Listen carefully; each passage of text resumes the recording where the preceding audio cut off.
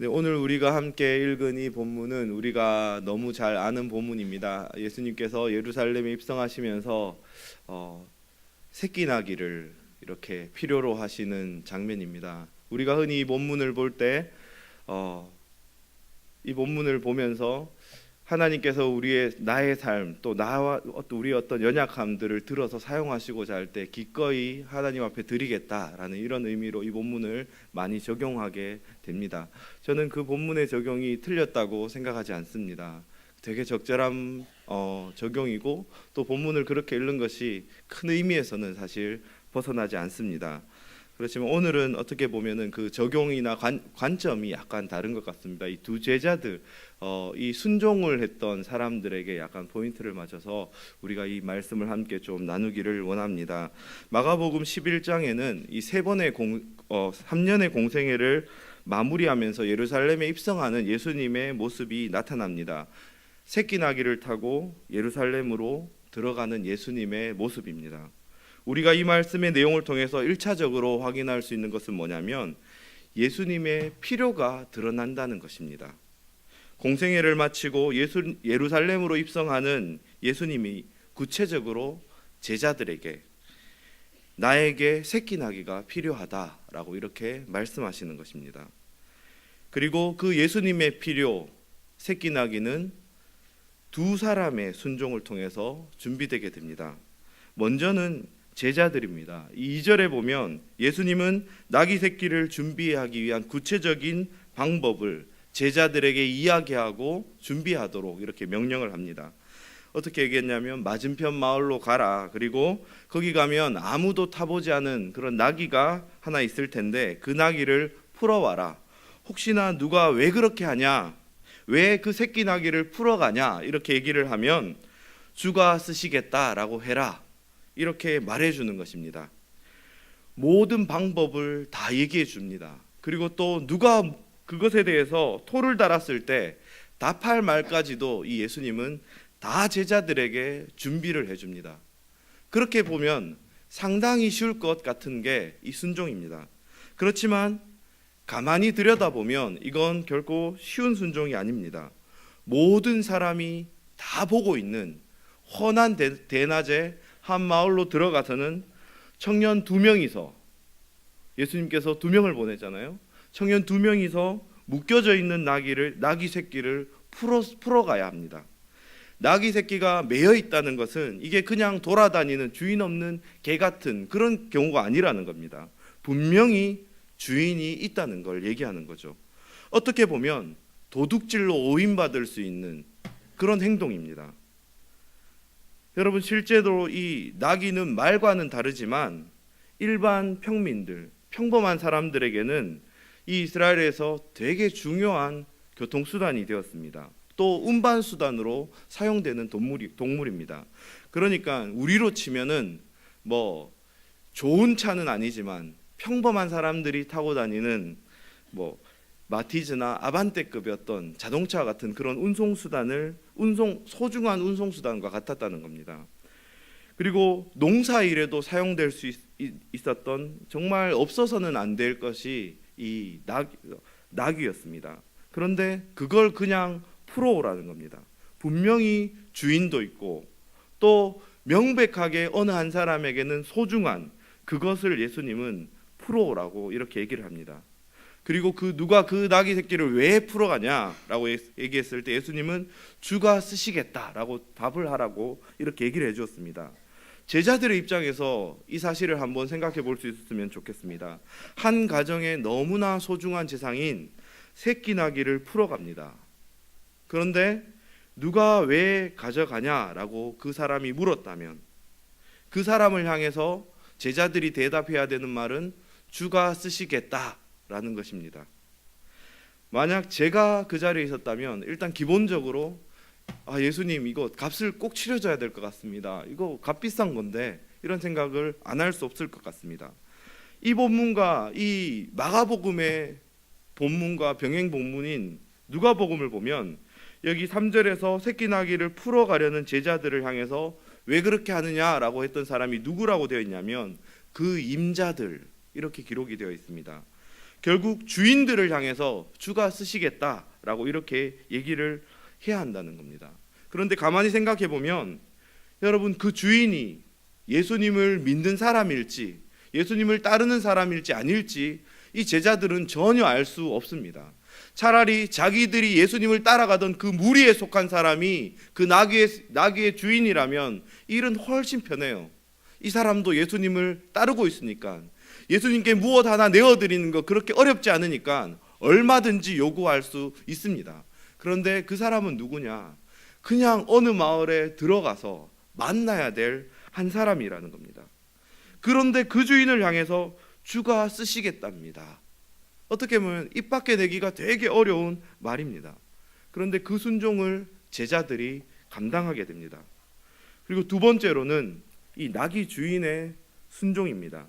오늘 우리가 읽은 본문에서는 사람 중에 어떤 이들이라고 기록이 되어 있지만 앞에서 얘기했던 것처럼 누가복음에서는 그 새끼 나귀의 임자들이라고 되어 있습니다. 만약 그 이전에 예수님을 알 수 있는 어떤 기회가 이 나귀 주인에게 있었을지는 저는 잘 모르겠습니다. 그렇지만 그 주인은 어떻게 하냐면 예수님의 요구에 따릅니다. 사실 그 나귀 새끼는 앞으로 이 주인에게 되게 유용할 수 있는 동물입니다. 잘만 키워서 팔면 큰 재산이 되기도 하고, 또 안 판다 해도 자기가 농사를 지을 때 얼마든지 쓸 수 있는 거고, 또 물건을 나를 때도 아주 용이합니다. 집안에 너무 유용한 존재가 그 새끼 나귀라는 것입니다. 그런데 주가 쓰시겠다. The Lord needs it. 예수님이 그것을 필요로 한다. 그 한마디에 이 주인이 허락을 합니다.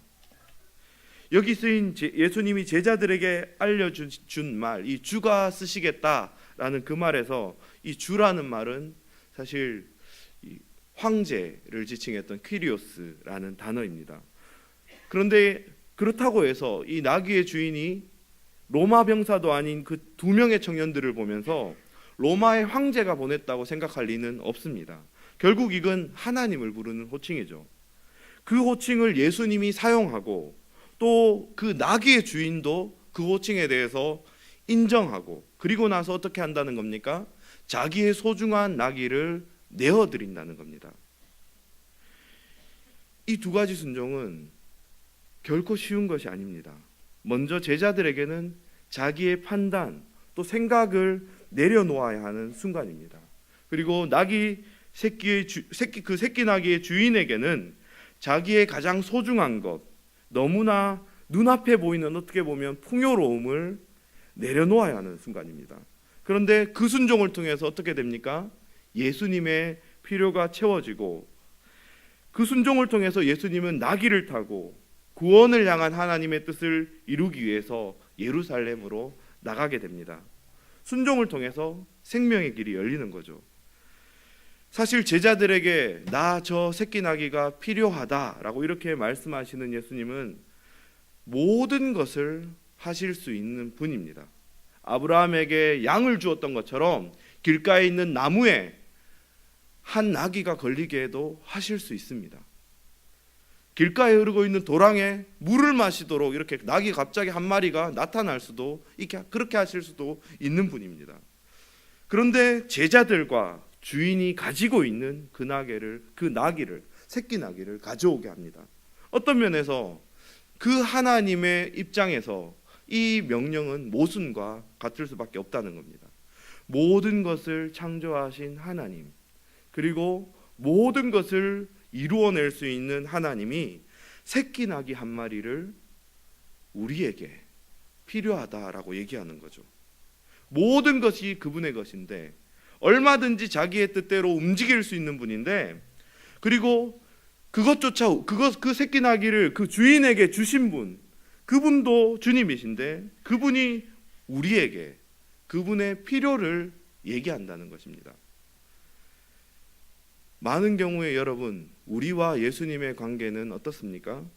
우리 자녀들과 우리의 관계가 크게 다르지 않습니다. 겁도 없이 사실 뭘 달라고 협박을 하죠.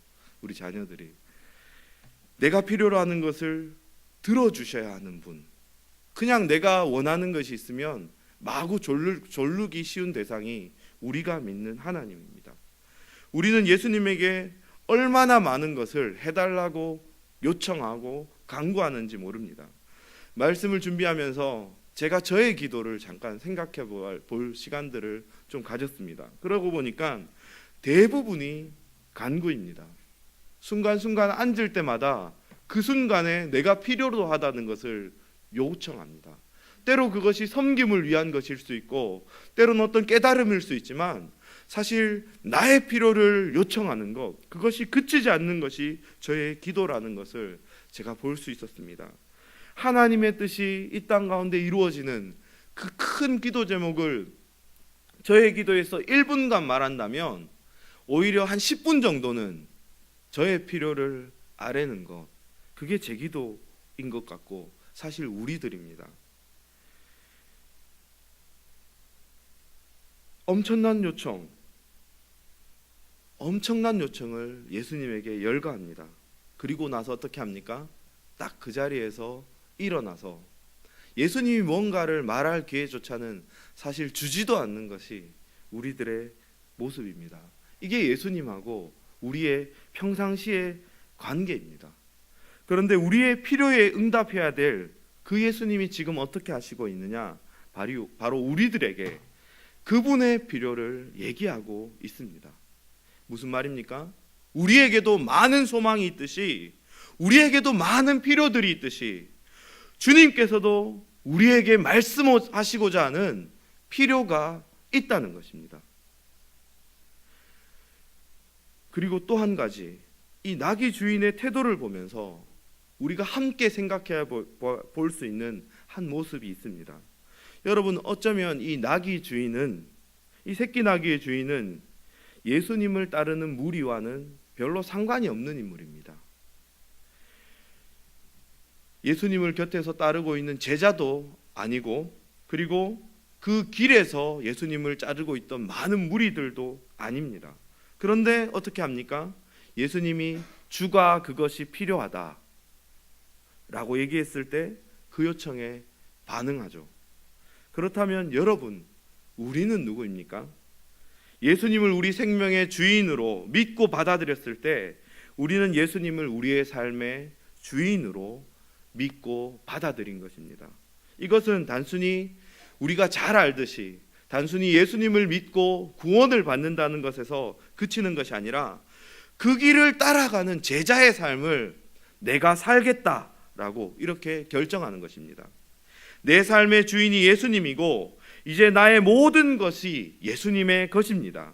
내 삶과 내 시간, 내가 가진 모든 것이 예수님의 것입니다. 이게 우리가 드리는 고백이라는 것입니다. 그런데 여러분, 우리는 어떻습니까? 우리는 예수님의 요청에 얼마나 민감하게 반응을 합니까? 우리를 향해 예수님이 무엇인가를 원하실 때 우리의 반응이 여러분, 이 새끼 나귀의 주인의 반응보다는 나아야 하지 않겠습니까? 그렇다면 여러분, 예수님이 우리를 향해 요청할 수 있는 것, 그 가장 중심된 것은 어떤 것이 있을 수 있겠습니까? 제가 말씀을 준비하면서 우리를 향한 예수님의 가장 중심된 요청은, 우리를 향한 예수님의 가장 중심된 요청으로 생각되었던 것은 이것입니다. The Lord needs me. 바로 우리를 원하시는 예수님, 우리의 시간과 우리의 마음, 다른 어떤 것이 아니라 우리 그 자체를 원하시는 주님, 저는 그 주님을, 그것을 원하시는 주님을 보았던 것 같습니다. 저는 올해로 이 내일교회에서 5년간 사역을 했습니다. 너무나 부족함이 많았는데 그런 제가 교회와 또 목사님의 배려로 초등부, 고등부, 그리고 지난 1년 반 동안 참 소중했던 청년부를 섬길 기회를 가질 수 있었습니다. 사역을 시작하면서 제가 결심했던 것이 있다면 정말 하나님, 나는 별로 가진 것이 없습니다. 그러니까 매일 기도의 시간을 통해서 하나님, 딴 건 모르겠지만 하나님 내게 주신 그 영혼들을 위해서 기도하는 시간들을 제가 놓치지 않겠습니다라는 것이었습니다. 그 기도의 시간은 처음 사역을 시작해서 많은 두려움을 가지고 있고 또 준비 없는 제 자신의 한계를 경험할 수밖에 없는 저에게 날마다 새 힘이 주어지는 시간이 되었습니다. 그런데 계속적으로 공부를 해야 하고 또 많이 저녁 시간으로 주로 움직일 수밖에 없는 고등부와 청년부를 맡으면서 저는 그 시간을 점점 놓치게 되었던 것 같습니다. 중요한 것은 알지만 급하지는 않은, 어떻게 보면 우리의 당장의 필요는 아닌 것처럼 느껴질 수 있는 그 예수님과의 시간을 소홀히 하면서 사실 저는 시간이 많이 지날수록 많이 무너지는 저를 경험했던 것 같습니다. 올해 초에는 사실 급격히 무너지는 제 자신을 많이 보았습니다. 그 시간을 지나고 제가 알게 된 것이 뭐냐면 바로 이것입니다.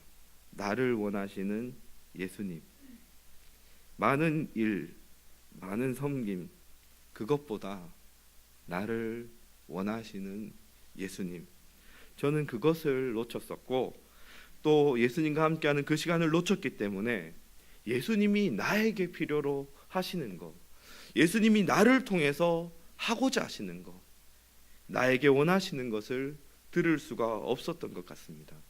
사실 그런 의미에서 올해 3월과 9월까지의 제 사역과 섬김은 실패 같습니다. 요즘은 조금 낫습니다. 그렇지만 늦었지만 말씀을 통해서 그것을 어떻게 보면 앞으로의 저의 사역에 있어서 참 중요한 것을 주님께서 저에게 깨닫게 해주신 것 같아서 참 감사합니다. 예수님께는 사실 이것 말고도 우리라는 그 존재 말고도 많은 필요가 있습니다. 필요라기보다는 우리에게 공급해 주시고 또 우리를 통해서 하기를 원하시는 많은 것이 있을 수 있습니다. 그것이 한 영혼을 구하는 전도일 수도 있고 또 영혼을 세워가는 영혼을 위한 섬김, 교사와 가르치는 일들, 또 여러 가지 부름일 수 있습니다. 그렇지만 여러분, 우리가 가장 근본된 이 예수님의 필요, 요청, The Lord needs me, 나를 원하시는 예수님 앞에 설 때 우리는 우리와 함께 하시고 계시는 그 예수님이 도대체 무엇을 원하시고, 그리고 그 예수님이 원하시는 The Lord needs it, 나 그것을 원해 라고 하는 그것이 무엇인지를 바르게 알고 온전하게 순종하게 될 것입니다. 여러분, 우리에게 가장 중요한 그 예수님과의 시간들을, 그 예수님 앞에서 우리의 삶을 시작하게 되는 그 시간들을 놓치지 않는 우리 모든 성도님들 되시기를 소망합니다. 그리고 우리가 두 번째로 살펴보고 싶은 것은 예수님이 무엇을 필요로 하셨느냐는 것입니다.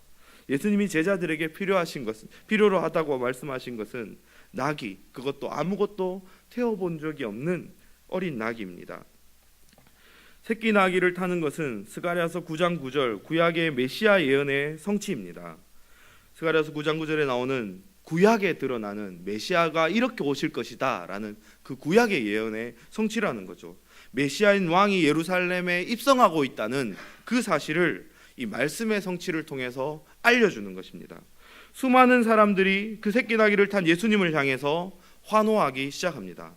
그리고 먼저 제자들은 길에 자신들의 옷을 깔고 또 나뭇가지를 꺾어서 환호합니다.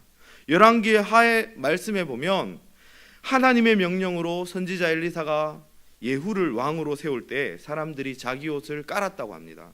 그러니까 오늘날로 치면 이 옷을 까는 행위는 마치 대통령의 행차에 레드카펫을 까는 것처럼 왕을 모시는 행위라고 볼 수 있습니다. 결국 이 많은 제자들, 사람들은 예수님을 왕으로 모셨다는 것입니다. 그리고 소리칩니다. 호산나, 찬송하리로다. 주의 이름으로 오시는 이여 호산나. 여러분, 이것은 시편 118편의 내용을 인용한 것입니다. 찬미시이고 메시아를 예언하는 제왕의 시로 알려진 시가 이 시편 118편입니다. 그리고 호산나라고 외친 그 외침은 단순히 그냥 찬양한다라는 뜻만 가지고 있는 것이 아니라 구약의 이스라엘 백성들에게는 우리를 구원하여 주십시오라는 그 메시아를 향한 간구가 담겨져 있는 단어입니다. 주의 이름으로 오시는 이여 우리를 구원하여 주십시오. 이 많은 백성들이 어떻게 하고 있습니까? 예수님을 자기를 구원할 자로 인정하고 있는 것입니다. 예루살렘으로 가던 모든 사람들, 예수님을 따르는 모든 이들은 예수님을 왕으로 환영하고 있다는 것을 우리는 이 말씀을 통해서 알 수 있습니다. 그리고 또 한 가지, 이 장면의 설정, 나귀를 타고 예루살렘으로 입성하는 이 장면의 설정은 사실 처음부터 예수님에 의해서 준비된 것입니다. 예수님이 필요하다, 나 새끼 나귀가 필요해 라고 이렇게 말씀해서 준비된 것입니다. 그렇게 볼 때 우리가 알 수 있는 것은 모든 백성들도, 그리고 모든 백성들도 예수님이 왕이라는 사실을 알았다는 것이고, 예수님도 자신이 왕으로 이곳 가운데 나아가고 있다는 것을 알고 있었다는 것입니다. 그런데 중요한 차이점은 뭐냐면 이 제자들과 백성들이 생각한 예수님의 왕된 모습과 예수님의 생각한 왕의 모습이 다르다는 것입니다. 그 분명한 증거가 바로 우스꽝스러울 수 있는 행차, 이 새끼 나귀를 탄 예수님의 입성입니다. 여러분, 흔히 왕은 노새를 타고 행진을 합니다. 말을 타고 행진을 하는 거죠. 말괄기를 아주 잘 다듬어서 멋지게 장식을 합니다. 그리고 휘황찬란한 여러 가지 것들을 이 말에게 씌워서 누가 봐도 그가 왕인지를 단연히 알 수 있도록 해주고, 그리고 난 다음에 행군을 합니다. 그리고 나서 어떻게 합니까? 그 성으로 들어가서 그 나라를 다스립니다. 여러분, 이것은 누구의 꿈입니까? 제자들의 기대고 제자들의 꿈입니다. 예수님을 따르는 많은 사람들의 소망입니다. 그리고 예수님을 따라 나도 한 자리를 하고 싶다, 그게 그들의 소망입니다. 그 제자들에게 예수님이 보여주시는 것이 뭐냐면 나귀입니다. 왕은 왕이지만 노새를 타고 행진하는 왕이 아니라 나귀를 타고 행진을 합니다. 제자들의 기대와는 전혀 다른 방법으로 예수님은 왕으로 그 땅 가운데 나아간다는 것을 바로 이 단적인 행동을 통해서 나타내 주는 것입니다. 싸움과 전쟁에서 승리를 주는 노새, 말이 아니라 짐을 지는 데 사용되는 나귀, 사람을 태우고 때에 따라서는 무거운 짐을 싣고, 그리고 정말로 급할 때는 자기를 희생해서 고기를 제공하는 희생과 섬김을 뜻했던 그 나귀, 그것을 타고 예수님은 입성합니다. 이 행진은 어디로 향하고 있습니까? 말을 타고 왕궁을 향해서 나아가기로 했던 제자들의 기대와 달리 십자가를 향해서 나아가는 행진입니다. 여러분, 이 행진 가운데 나귀를 타고 있을 예수님의 얼굴을 한번 우리가 같이 생각해 볼 수 있으면 좋겠습니다. 사람들은 환호하고 있습니다. 옷을 깔고 나뭇가지를 들고 예수님을 향해서 환호합니다. 그렇지만 예수님의 얼굴은 여러분 결코 편하지 않았을 것입니다. 왜냐하면 예수님이 비록 환호하는 그 군중들 속에 휩싸여 있지만 이제 들어가면 자기를 기다리는 것이 십자가라는 것을 이 예수님이 분명히 알고 있었기 때문에 환호할 수 없는 것입니다. 여기 예수님을 환호하고 있는 사람들을 성경은 뭐라고 얘기하고 있냐면 마가복음 11장 1절에서 그들이 예루살렘 가까이 왔다, 그들이라고 얘기를 합니다. 여기서 그들이라고 말하는 것은 이 사람들이 앞에서 거론되었던 사람들이라는 것을 알려주는 것입니다. 바로 앞에 마가복음 10장 32절 33절에는 예수님이 예루살렘에 올라가면 자신이 죽고 3일 만에 다시 살아날 것을 미리 알려주는 장면이 나옵니다. 자기를 기다리는 것이 십자가라는 것을 예수님은 분명하게 얘기해 줍니다. 그런데 그 바로 다음에 등장하는 내용은 제자들 중에 야고보와 요한이 예수님에게 우리가 구하는 바를 우리에게 해 주십시오, 이렇게 요청하는 장면입니다. 마가복음 10장 36절과 37절을 제가 읽어보겠습니다. 이르시되 너희에게 무엇을 하여 주기를 원하느냐? 여짜오되 주의 영광 중에서 우리를 하나는 주의 우편에 하나는 주의 좌편에 앉게 하여 주옵소서. 여기 11장에서 환호하고 있는 그들은 바로 주의 영광의 보좌 좌우편에 앉는 것을 기대하고 있는 사람들입니다. 그들을 향한 예수님의 대답은 아주 분명합니다. 인자가 온 것은 섬김을 받으려 함이 아니라 도리어 섬기려 하고 자기 목숨을 많은 사람의 대속물로 주려 함이니라. 이 예수님의 분명한 대답이 구체적으로 어떻게 나타났습니까? 바로 새끼 나귀입니다. 겸손히 하나님의 뜻을 이루실 왕으로 오신 예수님. 여러분, 우리가 기억해야 하고 알아야 할 우리의 왕이신 예수님은 누구입니까? 제자들이 원했던 것처럼 이 땅에서 우리의 소원을 들어주는 분, 내 뜻을 이루어주는 분입니까? 그래서 영광의 좌우편 한쪽을 나의 사람들에게 차지하게 해주는 그런 분입니까? 나에게 주시는 분입니까? 아니면 그 권세를 누리게 하시는 분입니까?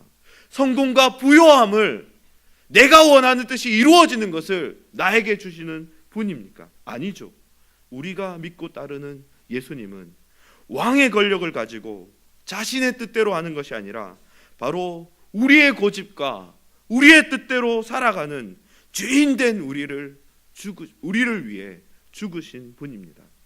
예수님이 우리의 왕. 우리가 지금 그 예수님을 왕으로 고백할 수 있는 것은 한 가지 분명한 사실, 그분이 우리를 위해서 십자가에 죽으셨다는 그 분명한 사실 때문입니다.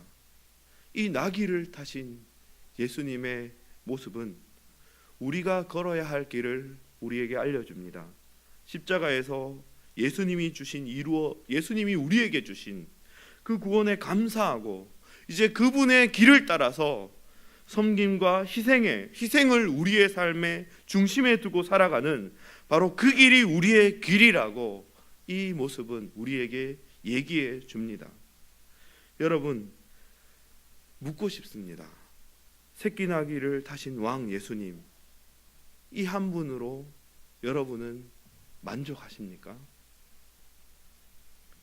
그분이 십자가에서 이루어 주신 구원이 여러분에게 정말로 우리가 자주 노래하는 것처럼 세상 어느 것과도 바꿀 수 없는, 세상의 다른 어떤 가치와도 바꿀 수 없고, 그것 때문에 나는 완전하게 만족할 수 있고 나는 완전하게 기뻐할 수 있는 그 분명한 사실이 되고 있습니까?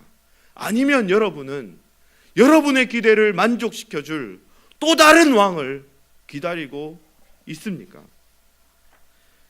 사실 여러분, 우리는 어떤 존재입니까? 늘 또 다른 왕, 내가 기대하는 일을 이루어주는 그 왕을 기다립니다. 늘 다른 것을 바라봅니다. 우리를 위해서 죽으신 그 예수님, 우리를 위해서 구원을 이루어주신 그 예수님이 나의 왕이다. 그분이 이루어주신 것이 나에게 온전한 만족이 된다. 그것을 입술로는 고백하지만 늘 또 다른 것을 바라보는 것, 그것이 우리들입니다. 여기 제자들처럼 예수님을 향해서 환호하지만 예수님을 통해서 주어질 그 좌쪽과 우쪽의 의자를 바라보고 환호할 수밖에 없는 것이 우리들입니다. 늘 길을 놓치는 것, 바로 그게 우리들이라는 것입니다. 그렇지만 여러분, 우리가 그 새끼 나귀를 타신 예수님의 삶, 그 길, 그 섬김의 길을 놓치지 않을 수 있는 비결은 우리는 예수님의 삶에서 볼 수 있습니다. 예수님은 어떻게 살아가셨습니까? 그분의 삶에서 놓치지 않는 지속적인 하나님과의 깊은 교제의 시간이 예수님의 삶에는 있었습니다. 그 시간을 통해서 예수님은 환호하는 사람들의 요구가 아니라 하나님의 뜻에 맞추어서 그분의 삶을 사셨습니다. 그리고 세상의 왕의 길이 아니라 십자가를 묵묵히 감당해가는 그 길을 바로 겟세마네 기도의 시간을 통해서 계속해서 걸어갈 수 있었습니다. 우리가 십자가의 길에서 물러서지 않고 그 길에서 도망치지 않을 수 있는 길 역시 그 기도의 자리에 있습니다. 기도의 자리를 놓치는 것은 바로 우리의 삶에 있어야 할 것을 이탈하는 것과 같습니다. 그 삶의 결과는 실패입니다. 하나님과의 깊은 시간은 우리에게 정말로 깊은 고난의 터널을 통과할 힘도 줍니다. 포기가 아니라 새 힘을 주고 우리의 삶을 하나님의 뜻에 맞춰서 일어서서 걸어갈 수 있게 하는 그 힘이 주어지는 것이 바로 하나님과의 그 시간입니다. 그 시간을 포기하지 않고 우리가 그 시간들을 지켜갈 때 우리의 삶이 계속해서 주님이 원하시는 길을 걸을 수 있게 될 것입니다. 말씀을 맺겠습니다. 우리는 늘 우리의 필요에 민감합니다. 그렇지만 예수님의 제자로 살아가는, 그래서 그분의 뜻을 따라서 살아가야 할 우리들에게 꼭 필요한 삶의 모습은 이 예수님의 뜻을 알고 그분의 필요를 알고 그것을 따라서 살아가는 길입니다. 살아가는 것입니다. 그렇기 때문에 우리가 놓치지 말아야 하는 것은 예수님의 필요가 무엇인지를 들을 수 있는 그 자리입니다. 하나님 앞에 머물러 서서 주님의 깊은 필요를 알고 주님을 만족시켜 드릴 수 있는 우리 모든 성도님들 되시기를 소망합니다.